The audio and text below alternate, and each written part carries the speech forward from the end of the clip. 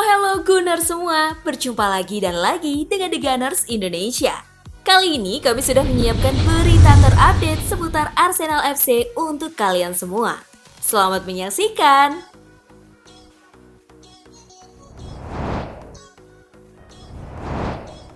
Jangan berlebihan terhadap Gabriel Jesus. Beberapa pihak mengatakan bahwa Gabriel Jesus adalah rekrutan terbaik yang didatangkan Arsenal di musim ini. Namun, Jesus masih kalah dari Haaland, Harry Kane, Mitrovic, dan Rodrigo dari Leeds United dalam urusan mencetak gol.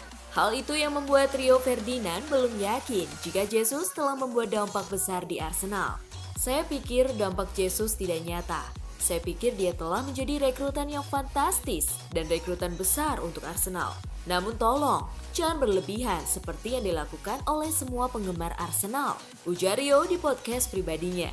Meski begitu, Rio Ferdinand tidak menyadari bahwa bukan hanya soal mencetak gol yang dibutuhkan oleh seorang pemain. Jesus mampu mengangkat mental pemain Arsenal lainnya dan mampu berkontribusi dalam setiap kemenangan Arsenal. Terbukti, selama Jesus bermain, Arsenal masih belum terkalahkan hingga saat ini.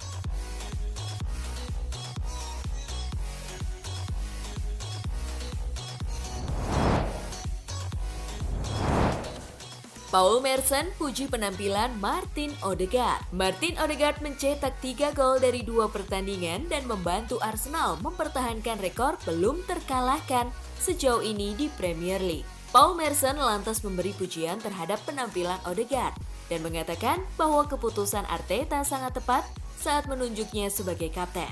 Dia membuat sesuatu terjadi, dan ketika Anda melakukan itu, mengubah permainan bagus menjadi gol dan assist, itulah yang mulai membuat orang memperhatikan, ujar Paul Merson kepada Sky Sports.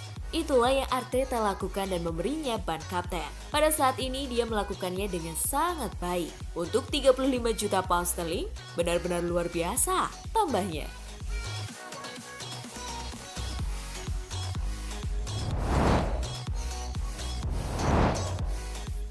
Apakah Zinchenko berperan dalam transfer Mykhailo Mudryk?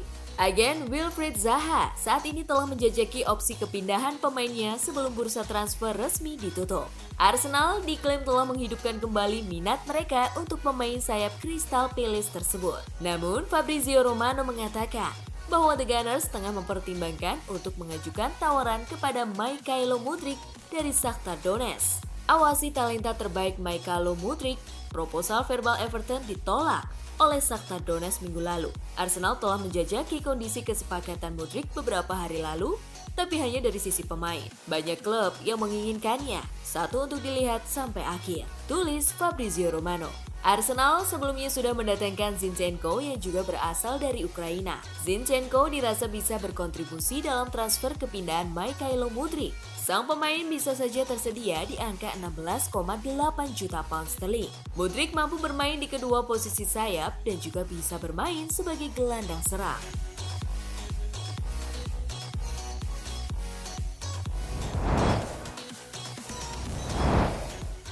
Tantangan besar awal musim Arsenal adalah Manchester United. Setelah melawan Aston Villa pada tengah pekan ini, Arsenal akan menyambangi Manchester United di Old Trafford. Memang, di awal musim ini Arsenal tampak lebih baik dari Manchester United. Namun bukan berarti pertandingan akan mudah bagi The Gunners. Situasi ini diperhatikan oleh analis Premier League Paul Merson.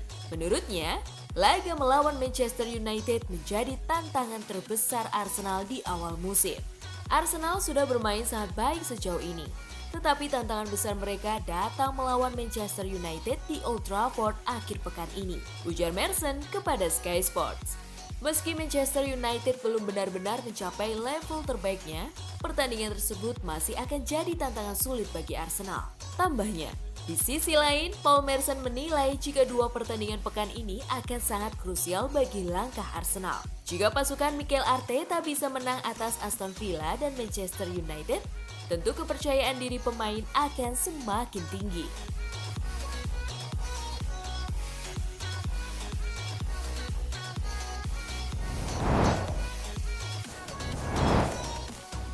Review pertandingan Arsenal versus Aston Villa.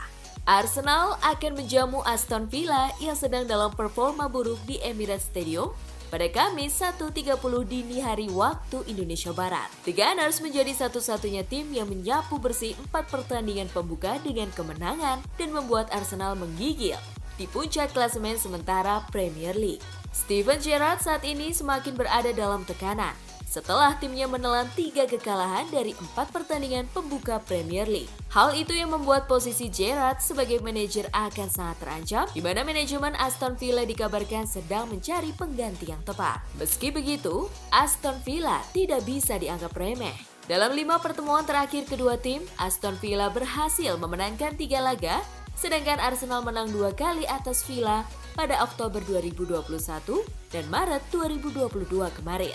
Thomas Partey dan Zinchenko dipastikan absen pada laga ini, di mana Arteta diperkirakan akan menurunkan starting line up yang sama saat menjamu Fulham kemarin.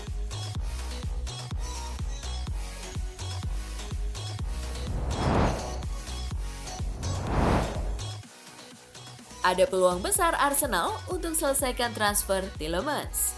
Fabrizio Romano kembali membahas minat Arsenal terhadap Youri Tielemans dalam sebuah wawancara dengan West Friday.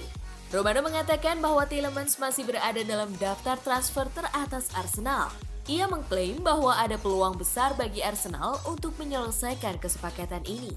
Saya dapat memastikan bahwa pemain itu selalu berada di urutan atas daftar Arsenal, dan karena itu saya pasti akan memasukkannya ke dalam daftar pemain potensial Arsenal karena ada peluang besar, ujar Fabrizio Romano. Tielemans menuju tahun terakhir kontraknya bersama Leicester, jadi ini adalah kesempatan mereka untuk menjual gelandangnya itu sebelum Tielemans pergi dengan gratis musim depan. Mari kita tunggu dan lihat apa yang akan dilakukan Leicester. Setelah menjual Wesley Fofana ke Chelsea, mereka dapat untung besar. Jadi mereka harus memutuskan apa yang harus dilakukan dengan label harga Youri Tielemans, tambah Fabrizio Romano.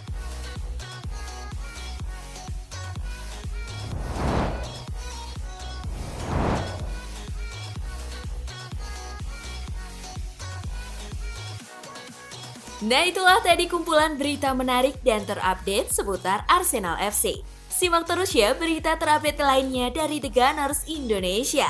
See you!